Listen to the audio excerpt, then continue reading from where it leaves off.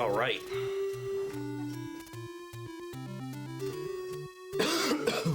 Excuse me.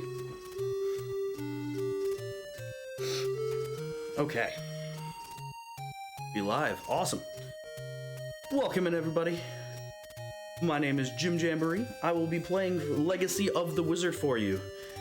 Now, this game, I'd say that about half the people I ask say they've played this game as a kid and they absolutely hated it because they had no idea where to go.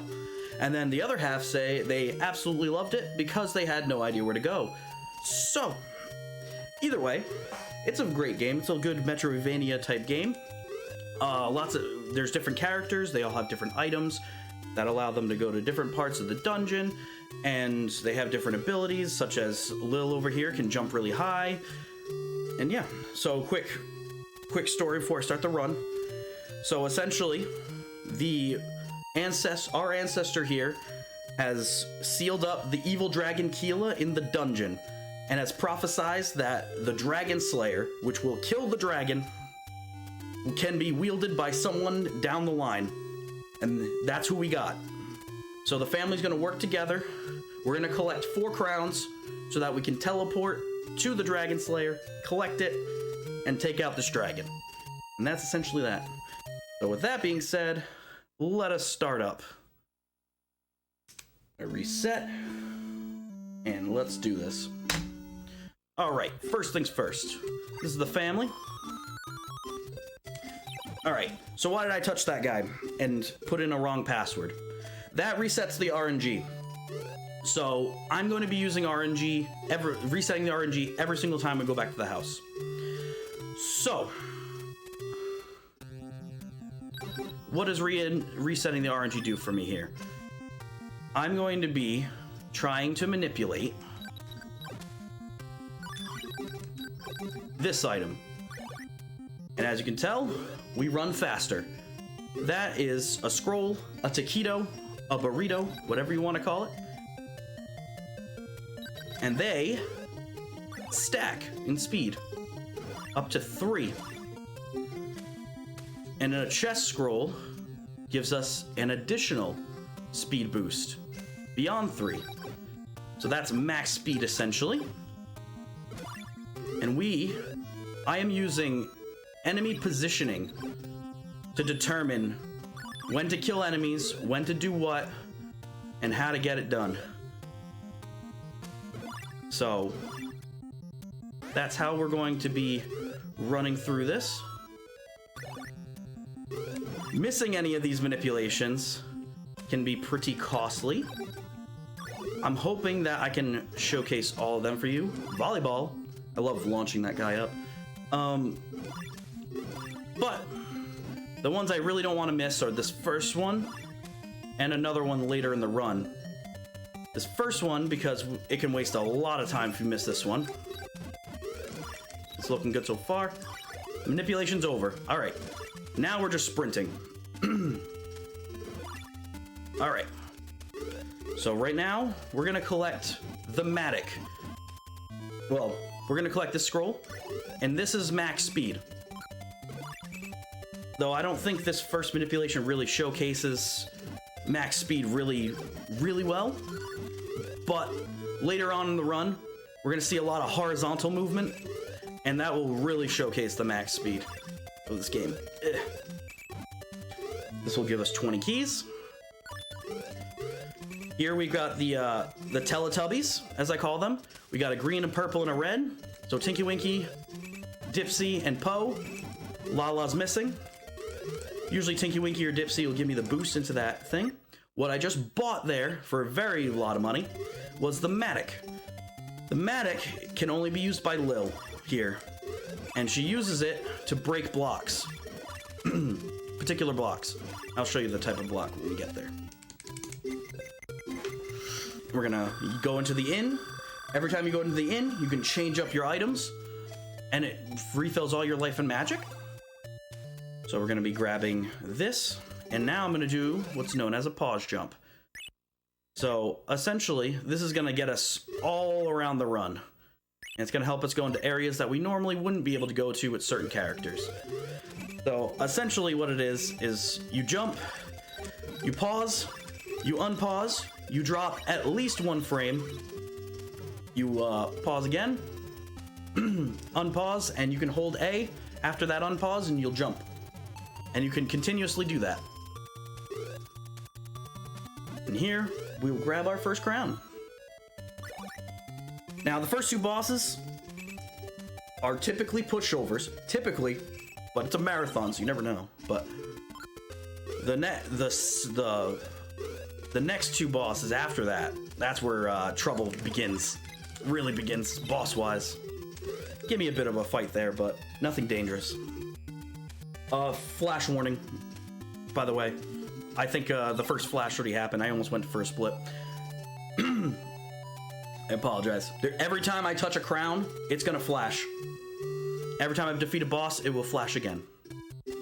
Now, we're gonna reset the RNG, and we're gonna pick everyone's favorite character, Pochi. Pochi can't really use many items, but Pochi is invincible. Pochi cannot be killed by any enemy, except for spikes and the boss. We're gonna do a different manipulation here. Okay, we're good. Kill those 2. Notice I'll be killing these enemies in very particular orders, in very particular ways. So far, so good. If we can get at least this far with the manipulation, we're doing okay. This is one of the very tight ones here.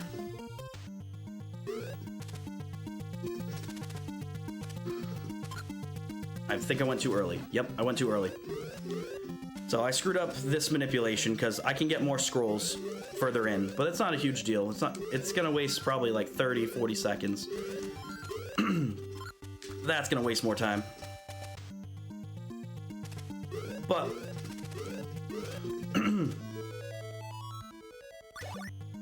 all right. So what I collected right there was the that little boxing glove there. That item can be used by just about everybody, and it quadruples your strength. So we're gonna be using that for bosses. Now that I've got Pochi walking really slowly through this part, I'm gonna utilize him to collect as much gold as possible so that I won't have to do it later, really. I'm also gonna be searching for scrolls. Now, might as well talk about the item drops here. So, anytime I have less than 2 keys, I am guaranteed key drops. Unless I have 20 magic or 30 gold, or 30 magic and 20 life. I picked up a poison there for no reason. If I have 20 magic or 30 magic or 20 life, it will actually drop me life or magic, depending on, you know, which one's the lower one. But otherwise, it will absolutely guarantee me that key drop. Money will only drop if I have more magic in life than gold. Money will drop more often. There's a whole complicated thing with that. Unfortunately, we couldn't sprint over here, but we'll see what we can do on the next manipulation. I'm hoping that one goes well, because that one really showcases the speed at which you can get by in this game. So we tank a lot of that damage and just, that's it. Pochi the Powerful. Let's go. 2 crowns down, 2 to go. All right, so now we're gonna go to Zem's area. So we're gonna grab Zem over here. Zem's the dad. Wait, what are we doing? Oh no. Oh. Well, I guess I picked Lil, so we're just gonna use Lil, I guess. In Zem's area. That's done on purpose, obviously. So, we do that because we are able to pause jump. Typically, Zem would use his glove in his area. He's able to push blocks with that glove. Give me a second. He's able to push blocks with that glove, for no magic cost. Whereas breaking a block with Lil takes a magic cost. Takes 1 magic for each break. So we're gonna see little parts that I'll mention that are supposed to blockade you from using Lil in Zem's area. But we're gonna bypass that with pause jump. We are now at full speed. And this guy's touching me.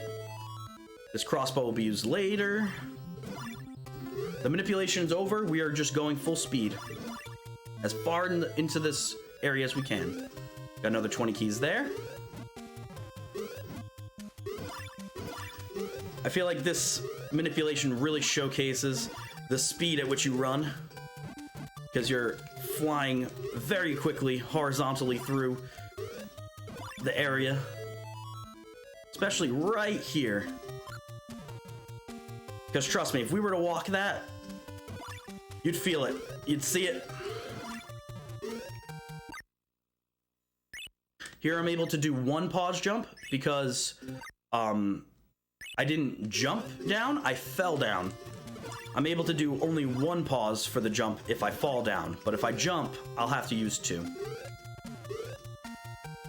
It's not a bad sprint we did there. And now, this is one of the areas where you would use you were supposed to use Zem and do this push block puzzle where you push all the blocks over to here to get yourself up here. But we can pause jump, so we just pause jump to bypass that. If I were to just jump as Lil, I wouldn't make it. But with that pause jump, we can make it. And we're about to see also a second area that was supposed to give you that nice feeling that you're supposed to be using Zem throughout this area. We are gonna grab this item here that I picked up earlier. That item's gonna replenish our magic. And we're gonna see why we're gonna need it. This is a chest scroll. Chest scrolls last 60 seconds, and drop scrolls last 15. I'm gonna grab this just for that little bit of safety, maybe. Because I want to see if I can do this without taking the safety end. Alright. So typically, you're supposed to take Zem over here. Remember, his pushing item doesn't cost any magic. So, they want you to waste all this magic. They want you to not waste all this magic to get through this. Or rather, they want you to waste all your magic here and go, oh, well, I can't get through here. But fortunately for us, they put in an item in the game. That little magic sandbag there. And that replenishes our magic in full. So, that's how we're going to bypass that. Oof.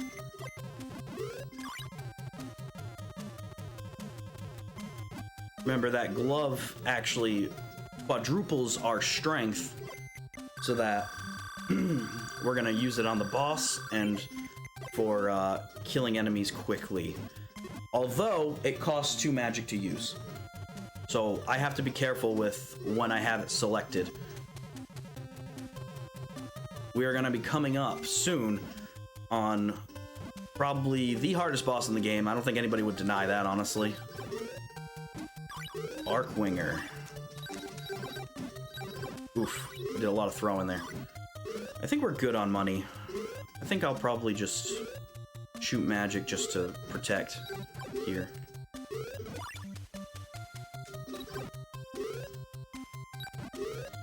I would also typically be going around to see if I could get any scrolls in this area. Unfortunately, it doesn't look like I got any. That's fine. I'm thinking that we're gonna risk the brisket right now. If I die to this boss, it's gonna be bad, but I think we can risk the brisket. I think we can make it. I think we can do it. Oof. Okay.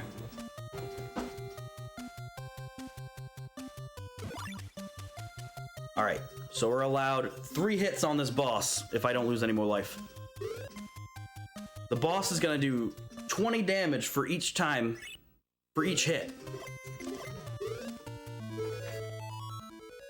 And I also have to conserve magic. So I'm gonna use the magic. I'm gonna have the magic selected so that I only use one magic to block the shots as I walk to the boss.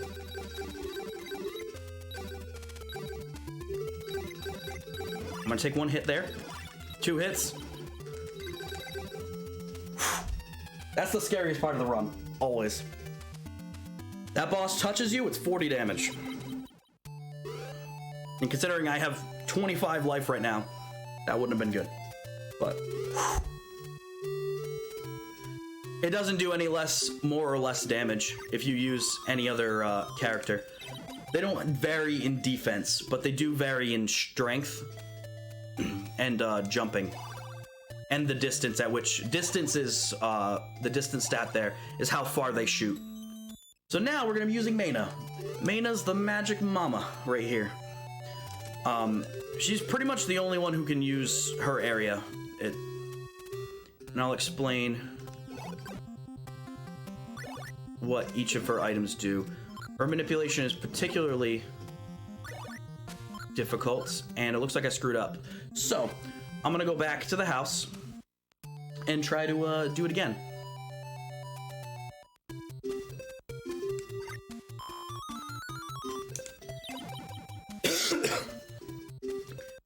And if I screwed up again, then I guess we're walking. So, the wings will actually allow us to fly. The item that I have selected now is the key wand. Alright, I'm gonna try one more time here to get this manipulation going. And if it doesn't work out, I guess we're walking. Apologize for that. Let's see if we can get this going. The manipulations are tough.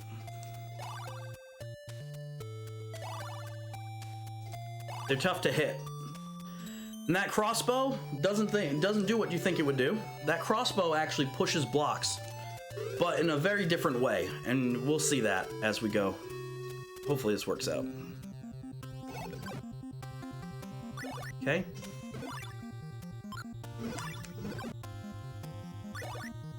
Okay. Good so far.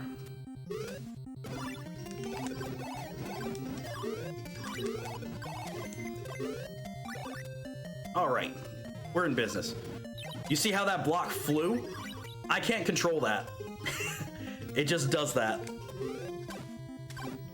That is what the bow does. And it looks like we messed up here. I don't know how I messed up there.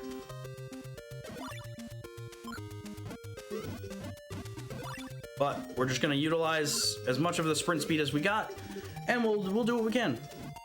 We'll do a casual walk. It's fine. No worries.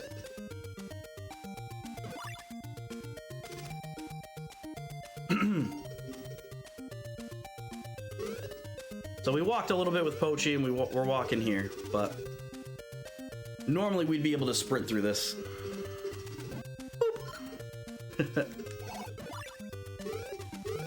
All right. Magic, ooh, lucky scrolls, let's go. So, we have to be very careful with our resource management here on, well, I guess we're usually pretty, we use our magic pretty liberally, I guess, but like, we usually try to maintain as much magic and life as we possibly can throughout the, Mayna's area here. She utilizes a lot of magic because there are going to be a lot of key doors, and she's going to have to do a lot of flying, as we're going to see there. A lot of item switching.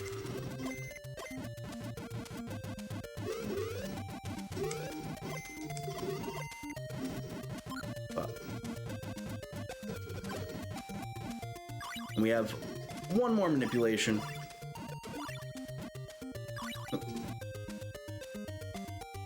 We have one more person who's got to manipulate stuff. We'll see if it works out. If it doesn't, it's not the hugest deal if it doesn't work out on that one. That one was particularly difficult. Ooh. You take the lucky scrolls when you can get them. And that's also part of the run as well, is once the manipulation dries up, because normally the manipulation that I would have done would have taken me here at a scroll speed of 4, or 3 rather, which would have been 4 pixels per frame, sprinting. So what do we do from here? Well, we kind of rely on RNG at that point. Like that. Like we just did. Am I good on money? Let's see. I think Pochi set us up good. 2 scrolls? This run may be saved yet. 2 scrolls. That's unheard of. You lucky duck.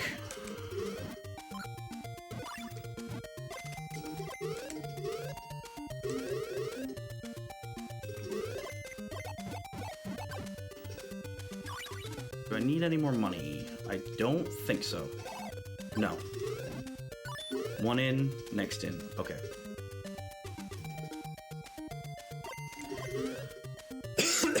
Especially for this part coming up, we want to maintain our life, especially, as much as possible.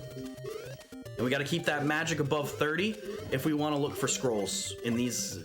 This is usually in the normal run, is usually our last chance to get scrolls. That little blob right down there is usually our last chance to get a scroll. We'll see if he drops one. We did get a couple lucky ones though. I didn't hit any of that manipulation though, so we'll see where we fall at that point. Nope. All right, that's fine. So these 1 block gaps with the spikes, no other character aside from Maina over here can go over them. There is a technical thing you could do with Lil if you want to pause jump insanely for the longest time. This scroll is helpful, but not very. We're about to see why. So that block going back and forth wildly is because of the crossbow. And I can't push keys while it's bopping back and forth, nor can I control it. It's a weird item. We're gonna float a little bit here. I don't think I really mentioned this, the elephant in the room here, but I'm sure y'all noticed that there's a lot of hidden blocks in this game. This game very much prides itself on its hidden blocks. There is plenty of hidden blocks to be had.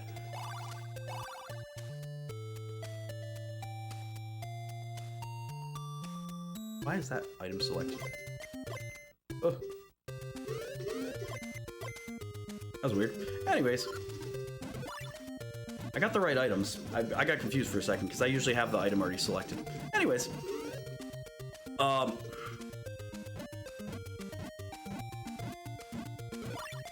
That it prided itself on being confusing as hell. It does that too. It definitely does that as well. Alright. This boss, not particularly difficult, but can be dangerous. Can be dangerous. If you will allow him to hit you. Because we're going to stay out of his reach. But we don't want to be hit by these. But we're going to bop him over here. Switch to our big bad item here. And we're going to run away. And that's it. Done. That glove doing 4 times damage, that helps. It helps a lot. Alright, the family has collected the 4 crowns that we need to use to teleport. But who's gonna go get the Dragon Slayer? We may ask. It's our boy Roas over here. It's about his only use. Now, there's typically a path that we would use to get ourselves to the thing using the different portraits. So the crown, we can use our crown to use portraits to teleport around the dungeon. Each portrait goes to a different thing here, a different area. Did I get it? I did. Like that portrait right there. So we're just gonna have, typically you would go to the correct ones and they would eventually lead you to the Dragon Slayer.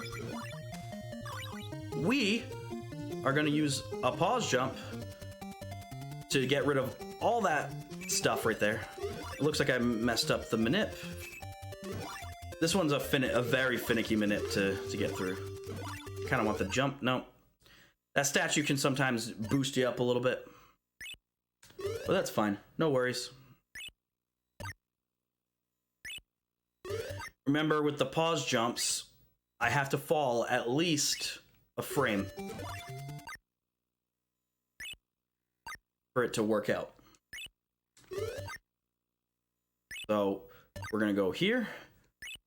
So this portrait right here, let's see if they give us some luck. Nah. Alright. Any luck? Nothing? Money. Alright, alright. We're gonna fall down here.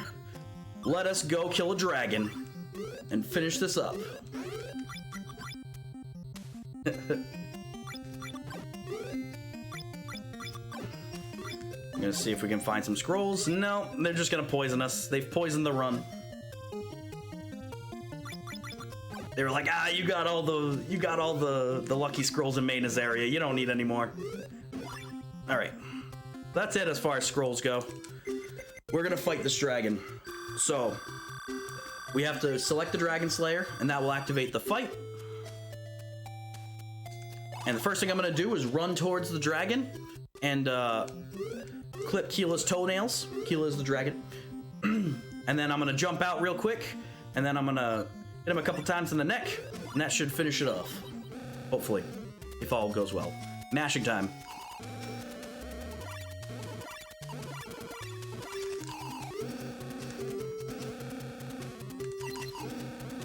Didn't mash as much as I normally do, but that's fine. We take it slow. Each of that fire will do 10 damage, so I gotta be careful.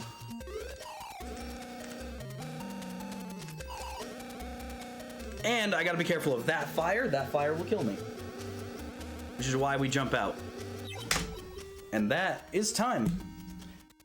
That is Legacy of the Wizard. Alright. And now we get to watch the cheesy ending. But where's our boy Pochi? We got the family. There he is, on the roof. Our favorite boy Pochi. The powerful. MVP of the game right here. So, alright. I'd like to thank everybody for being here. Thank everybody for watching.